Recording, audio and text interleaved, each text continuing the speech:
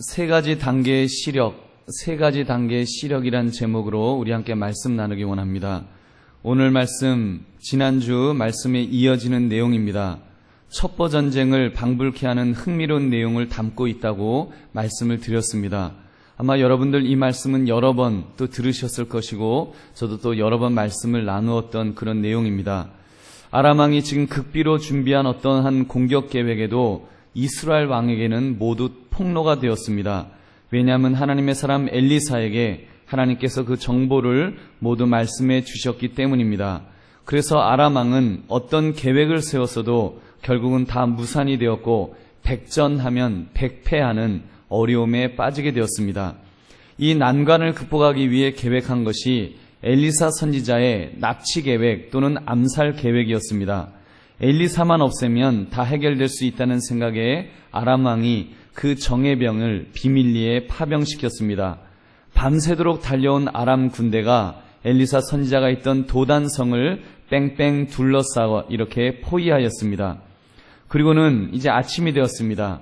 잠에서 깨어난 엘리사의 사환이 이 밖을 보다가 깜짝 놀라 아주 소리를 칩니다.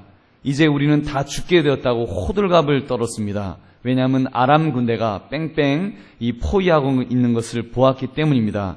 그리고 호들갑을 떠는 그를 향해서 엘리사는 두 가지 기도를 하였습니다. 하나는 그 사환의 눈을 열어달라는 기도를 하였고 다른 하나는 그 아람 군대의 눈을 어둡게 해달라는 기도였습니다. 여러분, 이 말씀 속에서 우리 세 가지 단계의 그 시력을 가진 사람들, 이 사람들을 우리가 볼 수 있습니다. 사랑하는 성도님들, 우리는 오늘 말씀을 통해서 우리 역시도 가지고 있을지 모르는 이 세 가지 단계의 시력을 점검해 보심으로 영적으로 도전받고 또 은혜 받으시는 저와 여러분 되시기를 주님의 이름으로 축원합니다. 첫 번째 단계는 겨우 눈을 뜨고 사는 단계입니다. 눈은 뜨고 사는 단계입니다. 눈은 뜨고 사는 단계. 아침에 일어난 엘리사의 사환, 그는 벌린 입을 다물지를 못했습니다. 15절 우리 한번 같이 읽겠습니다. 시작. 하나님의 사람의 사환이 일찍 일어나서 나가보니 군사와 말과 병거가 성읍을 에워쌌는지라. 그의 사환이 엘리사에게 말하되 내 주여 우리가 어찌하리까 하니. 아멘. 이 엘리사의 사환이 무엇을 보았습니까? 아주 아침 일찍 일어나서 그는 가서 지금 아람의 군대를 보았습니다. 아람 군대가 그 성읍을 에워싼 것을 보면서 그는 지금 겁에 질려갖고 소리를 지르고 있는 것입니다. 선생님이여 어찌하오리까? 여러분, 영적으로 보면 지금 겨우 눈은 뜨고 사는 단계, 이 단계는 사실 중간 단계입니다. 아주 무지하지는 않았습니다. 그래도 눈이라는 것을 장식용으로 달고 다닌 것이 아니라 봐야 할 것은 보고 있다는 것입니다. 보아야 할 것이 무엇입니까? 당연히 자기를 죽이려고 달려드는 대적을 보아야 합니다. 그가 만약 시각장애우였다면 당연히 아무것도 보지 못한 채 적들의 손에 죽임을 당했을 것입니다. 사랑하는 성도님들, 어쩌면 우리의 영적 수준이 여기에 머물러 있지 않는가 한번 생각해 봅니다. 어떻습니까? 여러분, 아무것도 보지 못하고 있으신가요? 아니라고 생각합니다. 무엇인가를 볼 수 있는 단계, 눈은 뜨고 있기 때문에 나에게 닥쳐오고 있는 위기를, 환난을, 고난을 볼 수가 있습니다. 그래서 어찌하오리까? 우리가 소리를 치는 것입니다. 사랑하는 성도님들, 이 밤에 어찌하오리까 하는 마음으로 이 자리에 나오신 분은 혹시 안 계실런지요? 병원에 갔더니 간이 안 좋습니다. 위에 무엇인가 보입니다. 피검사 결과가 나쁩니다. 어떠한 질병이 있습니다. 이런 소리를 들으시고 어찌하오리까? 이런 마음으로 오신 분은 안 계실런지요? 여러분, 이 단계까지만 해도 그래도 감사한 일입니다. 그래도 무엇이 위기인지 어떤 것이 위험한지를 분간할 수 있으니 얼마나 다행입니까? 그래도 깨달을 수 있으니 얼마나 다행입니까? 그러나 안타까운 것은 이 외침이 어찌하오리까라는 이 외침이 절망의 외침이라는데 문제가 있습니다. 절망의 외침입니다.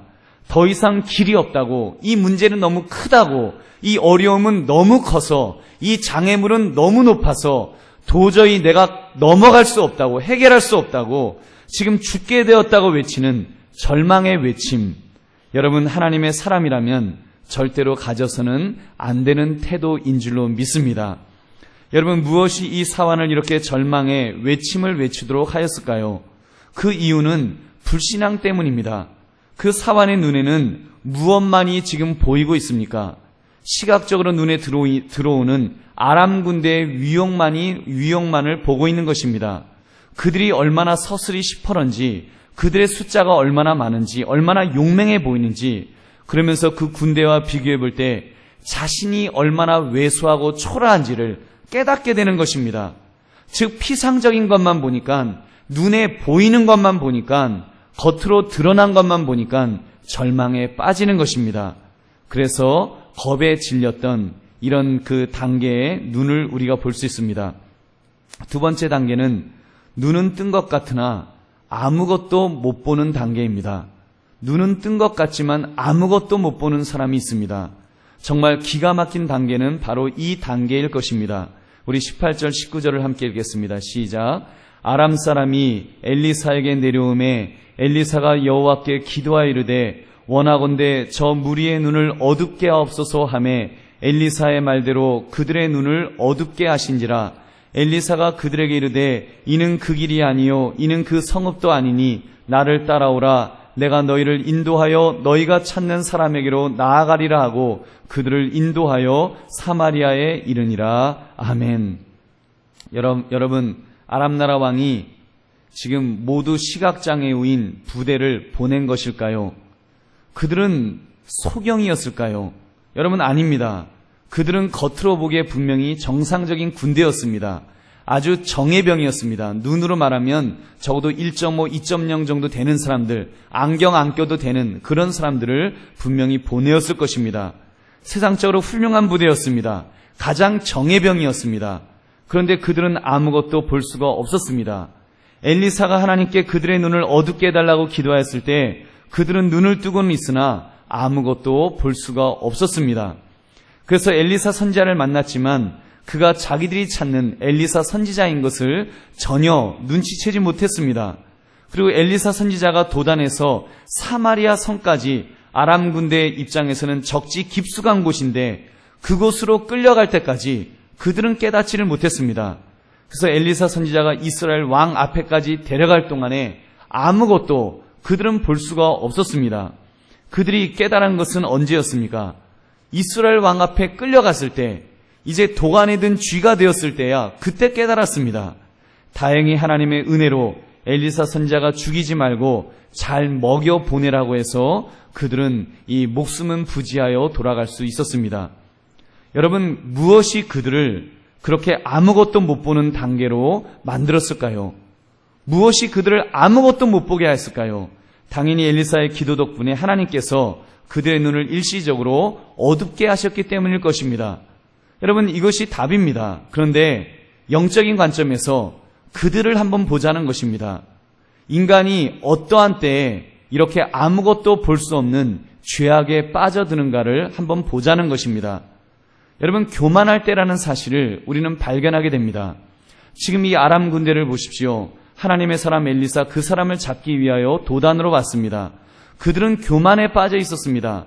우리는 정예병이다. 우리 이 많은 사람이 그까지 엘리야라는 사람 하나를 잡기 위하여 이렇게 몰려오다니 자존심이 상했을 것입니다. 생각해 보십시오. 그들이 지금 이스라엘 왕을 납치하러 온 것일까요? 왕궁으로 온 것입니까? 아닙니다. 그들은 촌부한 사람을 잡기 위해서 그 많은 군대가 동원된 것입니다. 당연히 교만에 빠질 수밖에 없습니다. 지금 그들을 엘리사를 뺑뺑 둘러쌀 정도의 많은 군대가 왔는데 얼마나 마음에 교만이 있었겠습니까? 그까지 엘리사 그거 하나 잡아가는 이거는 일도 아니다. 그 마음이 그들에게 있었습니다. 그렇기 때문에 그렇게 끌려가는데도 그들은 그것을 깨닫지 못했던 것입니다. 성경 이야기는 아닙니다만 삼국지에 보면 적벽대전이라는 유명한 그 전투 일화가 나옵니다. 조조가 오나라를 치러 갔는데 엄청나게 많은 배들을 동원해서 100만 대군이 이렇게 몰려갑니다. 말이 100만 명이지 얼마나 어마어마한 군대이겠습니까? 그래서 그런데 그 배들이 중국의 이제 강에 쫙 깔려 있었습니다. 100만 명을 태우는 배들이니 그 숫자가 얼마나 많았겠습니까? 근데 그 사람들은 육지에서 싸우는 군인이지 이 수병들이 아니었습니다. 좀 멀미를 했습니다. 제갈공명이 개교를 써갖고 이제 그런 이렇게 그 꼬임을 이렇게 꾀를 내었습니다. 뭐라고 말하는가 하면 당신이 여기다가 배들을 서로 묶으십시오. 배들이 흔들리지요. 배들을 묶으세요. 묶어서 거기다가 넓은 판때기를 깔면은 아주 그냥 육지처럼 이렇게 다닐 수 있습니다. 이 조조가 교만에 빠져갖고 그래? 아니 이렇게 많은 군대인데 그럼 그렇게 하지. 그리고 배들을 다 꽁꽁 묶었습니다. 그 위에다 판때기를 깔았습니다. 말이 달려갈 정도로 그렇게 깔았습니다. 그리고는 적병들이 어떻게 했습니까? 화공법을 통해서 불을 지른 것입니다. 다 타버렸습니다. 아주 그때 조조가 아주 깡그리 아주 참패를 당하는 그런 일이 있었습니다. 성경은 그러므로 무엇이라고 말씀합니까? 잠언 16장 18절을 보니까 교만은 패망의 선봉이요 거만한 마음은 넘어짐의 앞잡이니라. 여러분, 교만은 패망의 선봉입니다. 넘어짐의 앞잡이가 되는 그것이 교만입니다. 사랑하는 성님들, 우리도 교만에 빠지면 이렇게 될 수 있습니다. 신앙생활을 하다 보면 교만에 빠지는 분들을 간혹 보게 됩니다. 자기만 모릅니다. 남들은 다 아는데 자기만 모릅니다. 저렇게 교만해지면 하나님이 그냥 두시지 않을 텐데 다른 사람들은 안타깝게 생각하는데 여러분 본인만 모르고 날뛰는 경우가 얼마나 많이 있는지 모릅니다. 세상적으로 여러분 잘 나가십니까? 내가 우리 공동체 중에 가장 똑똑하다고 생각이 드십니까? 내가 힘이 있고 가진 것이 많고 많이 배웠다고 마음에 그런 생각이 드십니까? 또 영적으로도 혹시나 여러분 중에 내가 그래도 제일 기도를 많이 한다, 내가 그래도 전도를 제일 많이 한다, 내가 헌금을 제일 많이 한다, 또는 제일 봉사를 많이 한다, 이런 마음이 드십니까? 여러분, 그때가 가장 위험한 때라는 것을 우리는 분명히 깨달아야 합니다. 그때 사단은 여러분의 마음을 바로 공격해 올 것입니다. 그래서 죽음의 자리로 이끌어갈 것입니다. 그리고 교만에 눈이 멀은 우리는 그 자리가 죽을 자리인지 모른 채 점점 끌려갈 것입니다. 그러므로 늘 겸손하게 깨어있는 저와 여러분이 되시기를 주님의 이름으로 축원합니다. 세 번째 단계는 영적인 눈이 환하게 열려있는 단계입니다. 영적인 눈이 환하게 열려있는 단계입니다.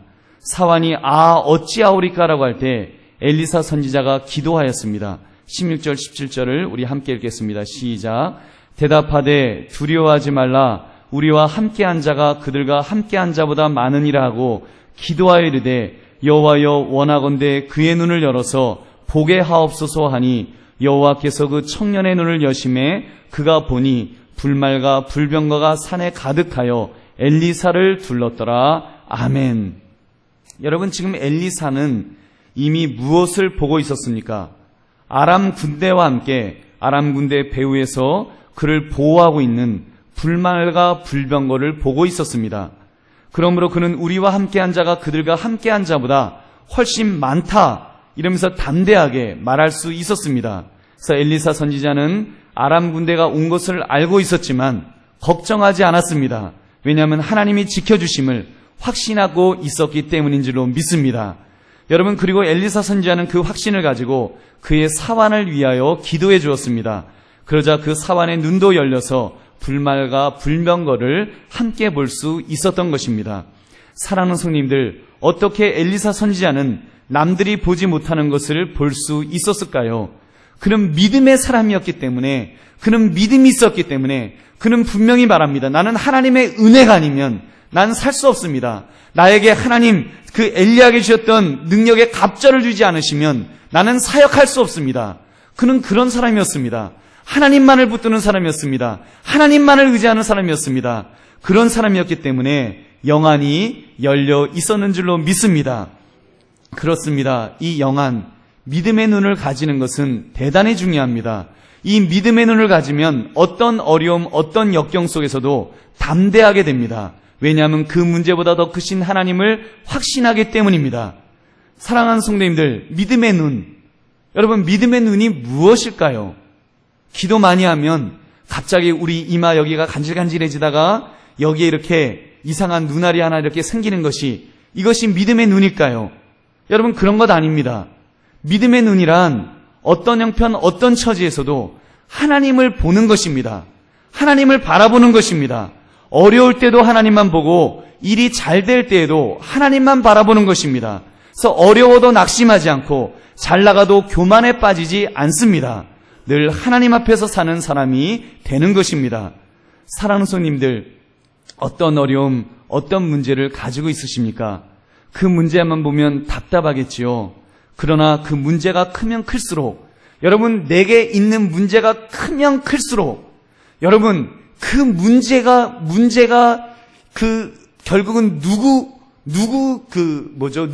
수중에 있을까요? 여러분, 누구의 영향력 안에 있을까요? 우주 만물을 창조하신 하나님의 영향력 아래에 있는 줄로 믿습니다. 하나님은 그 문제보다 크실 줄로 믿습니다. 여러분, 그것을 바라보면 됩니다.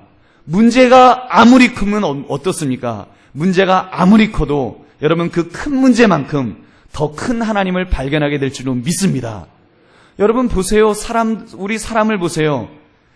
조그만 병, 이렇게 피부병이나 좀 잘 고쳐지지 않는 이 무좀이나 이런 병 하나님 앞에 기도해갖고 주여 고쳐주세요 해서 그래서 낫는 사람들이 있습니다.